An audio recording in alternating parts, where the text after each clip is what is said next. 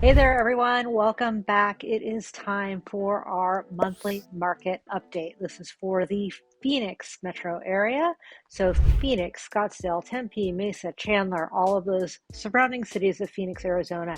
And we have received the update from the December data, and now it's January because, of course, all of the activity that happened in December, we don't actually see the results of that until January because it takes about 30 days to buy a house. Anyway, December numbers are in. I have my top 10 takeaways to share with you today. So, first, before we get started, I'd like to ask you if you enjoy this video, please go ahead and like the video, subscribe to my channel for future updates, home tours, and other things real estate related. So, without further delay, let's get started. So, 10 points. Point number one, interest rates.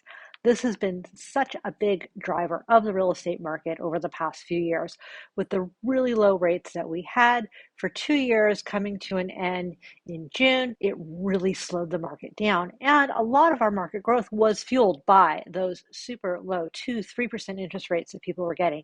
If you're one of those lucky buyers that locked in that rate, good for you. I don't think those rates are coming back, but again, no one has a crystal ball.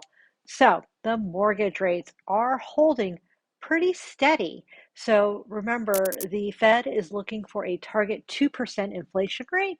And same as last month, we are targeting to hit that around May. So hold on, those rates that we have, I think people are starting to feel like they're a little bit normal sitting in that 6 to 7% range. And I think that's where we're likely to stay for the foreseeable future. There are all types of predictions out there for rates in 2023 and 2024. Some people predicting as low as 5%, some people predicting as high as 8%. But again, it's not something that anyone knows for sure. You just have to watch the market, see what happens. And realistically, with all of the mortgages out there, you can typically refinance them and take advantage if the lower rates would make a significant difference for you. Next point. Point number two, and this is really the biggest takeaway, is the real estate market is basically flat. Everyone is expecting this major crash. And yes, in the summer and early fall, we did have a very fast drop in prices, in activity, all of those things. But since then, it's stabilized. So from this month, we're not seeing any crash. We're not seeing any big change. We're seeing kind of a continuation of what we've seen over the last few months, just kind of laying flat and normal. So next point, we're on point number three. Realtors, what they're saying, they may be slow, and here's why. Our active counts and our contract counts have come down together. So what that means is respect to buyer and seller, as far as if it makes a buyer's market or a seller's market, we've come into a bit of equilibrium. However, realtors may be slow because they've come down together. The overall market is smaller. And when you have the same amount of realtors and less deals going on, that creates slowness for realtors because you have more people that you need to sustain the level of business that the market is doing right now. So for realtors that are not out there actively prospecting, building relationships, they may see a big slowdown in their activity. But I know for me personally and some other active agents that I work with, we're seeing a fantastic outlook now in January. So next is point number four, seasonality. So we are following now the annual cycle for the Phoenix area market. So if you look at the cycle, typically our peak is in March. It slows down in the summer with a little rise sometimes, but generally in the fall it slows down, and then December gets very quiet. January, it starts to pick up. And as I mentioned earlier, we are starting to see that.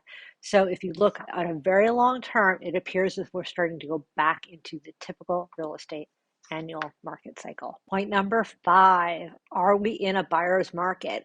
Well, technically, if you look specifically at the numbers, we were in a buyer's market for a period of 4 weeks. 4 short weeks. That was in the end of November, beginning of December timeframe. We are out of that. And honestly, it's just this little incy bit of a seller's market. It's truly really in that area that we call balance, right? So up here, maybe sellers are advantaged. Down here, buyers are advantaged. Anywhere in this middle, give or take a little bit, is a balanced market. And that's where we're sitting today, kind of related to the point I said earlier. So that's gone. That little baby buyer's market where buyers really had a majority of the leverage is gone. back into what's normal. But again, who knows what might be coming in the near future. Next point 6, is supply and demand. And I kind of talked a little bit about that in point 3 about why realtors are slower. So supply has come down to meet demand. That's the key. Anyone that studies economics or business knows that supply and demand is what generates price increases or decreases, et cetera, et cetera. So owners simply, when the demand dropped over the summer, owners just decided not to sell. They decided to sit and wait. And so with that, without all of these extra houses coming on the market, because the buyers pulled out, the sellers pulled out, it came down in equilibrium. And that's why we're sitting here today with a lower overall transaction volume in the market as a whole, but the right number of buyers and sellers just in balance with each other. Point number 7, concessions. And those are still looking pretty good from a buyer point of view. So about 50% of homes that closed in December did have some form of seller concessions. That's where the seller provides financial assistance towards the buyer's closing costs. And that could be for any type of prepaids, loan fees, etc., buying down interest rate, credit in lieu of repairs, not on the contract, but that's what they do, kind of behind the scenes. Any of those reasons that sellers may choose to help buyers with some of those upfront out-of-pocket costs coming out of closing. The average was $5,000. So the average house received a concession of $5,000. That's taking into account half of them that had none and half of them that had an amount of $9,400. So we kind of come to the middle. About $5,000 in concessions is pretty common, give or take 5 grand. Half had more, half had nothing. There you go.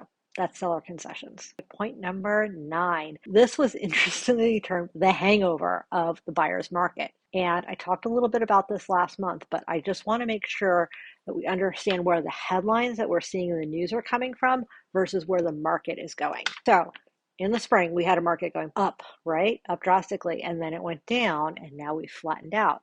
So what's going to happen is when we look at a year ago today, in December, right? If we stay flat going forward, because last year was going up, and do it over here.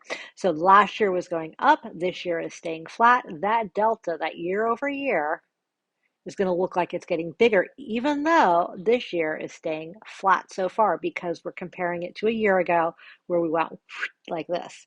And then after June or so, it started coming back down. And so it won't be until June of 2023 at the earliest that we'll probably see people say that home price inflation has kind of stabilized or things like that because we're looking back at our numbers from a year ago, even though our prices, our activity, etc., has pretty much flattened out since October. Again, because you're looking at a past that's changing, even though today is the same, when you're looking at a past that was going like this, the delta looks different month over month. That's kind of confusing. I'm sure there's a better way to explain it, but I just want to make sure that you understand when you read the headlines. If it doesn't make sense, go ahead and shoot me a DM. I can probably help to decipher how one person could be saying that, but what you're hearing from me is that the Phoenix market has been relatively flat since October. So the last point, point number 10, this is the thing to think about when you're looking at the changes that we've had in the Phoenix area in the real estate market. Home equity is not meant to be a short-term gain. Home price appreciation for homeowners is not meant to be a short-term gain.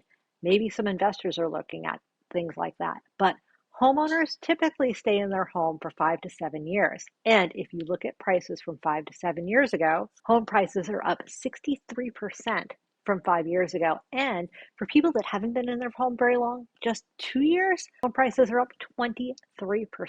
So that's amazing. If I owned something for 2 years and it went up 23%, sounds good to me. So it's just the short term that we had that drop over the summer that we've got to still recover from.